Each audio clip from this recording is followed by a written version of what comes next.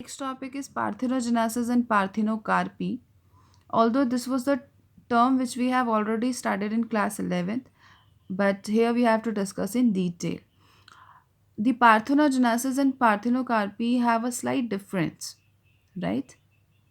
Let's talk about the process in which unfertilized egg develops into a new individual. It may be embryo, is called parthenogenesis, right? Why I have written inside the bracket embryo? Reason behind it, because uh, normally we have read in class 11 that parthenogenesis is most commonly seen in animals, while parthenocarpy is commonly seen in plants. But parthenogenesis can also be seen in plants.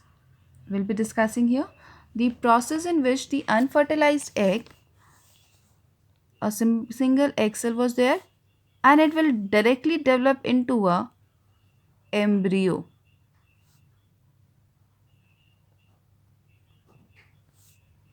It will directly develop into a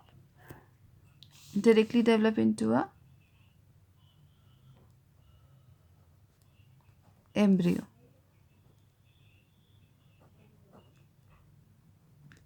right? Now, based on whether the product, that is the embryo, based on the factor the embryo is haploid or the embryo is diploid, the parthenogenesis are of two types. We'll be discussing the reason behind as well. That is, one is the haploid parthenogenesis and another one is diploid parthenogenesis. How it could be possible diploid parthenogenesis? Because here I am saying that when unfertilized egg cell will form the embryo directly without fertilization, will be forming the individual. So in that case the egg cell is haploid, the embryo would be haploid.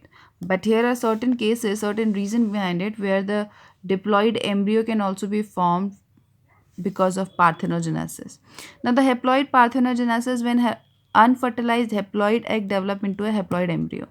Reason could be anything. There may be the failure of fertilization due to the absence of pollen tube in plant. There may be the late arrival of pollen tube. May be the reason that inability of a pollen tube to discharge male gamete. There may be the different reason, right? When we talk about the diploid parthenogenesis, in the diploid embryo sac, if if the diploid embryo sac consists of a diploid egg, just suppose embryo sac is developing from the nucellus, and from nucellus it is directly developing into the egg cell without undergoing into the reductional division. Without undergoing into the reductional division, obviously, if I am talking about the megaspore mother cell, if it does not undergo into meiosis, it is directly undergoing into mitosis. So whatever the cells will going to form, that is antipodal cell, synergid cell, egg cell, these all will be diploid in state, right? So in that condition, the diploid egg cell develop into an embryo without fertilization. And what could be the reason behind it? Just now I told you, absence of reductional division during formation of embryo sac and egg cell. This can be the reason. Now let's talk about the parthenocarpy. Parthenocarpy, the word parthenos means virgin and carpos means free fruit.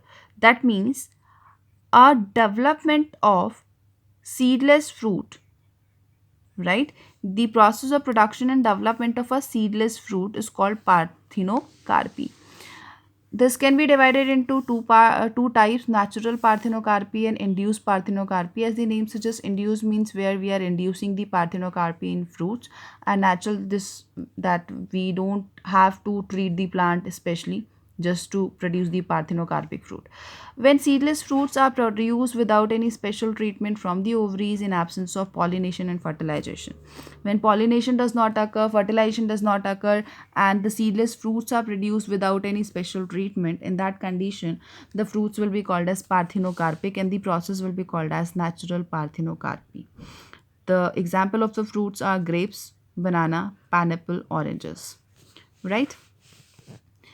When we talk about the induced parthenocarpy, when seedless fruits are produced by spraying the flowers with either water extract of a pollen grain, right? Water extract of a pollen grain or growth promoting hormones such as IAA, indole acetic acid. NAA and GA, gibberellic acid, right? And naphthalene acetic acid. Example, tomatoes are treated with auxin to produce the parthenocarpic tomatoes. Grapevine is produced or induced for parthenocarpic to produce seedless fruit by the gibberellin. And when we talk about the different type of these hormones, they are used for producing the parthenocarpic fruit these days. This is all about the special modes of asexual, means special modes of reproduction in plants. And here we are ending with the chapter, and now we'll be starting the next chapter, that is human reproduction.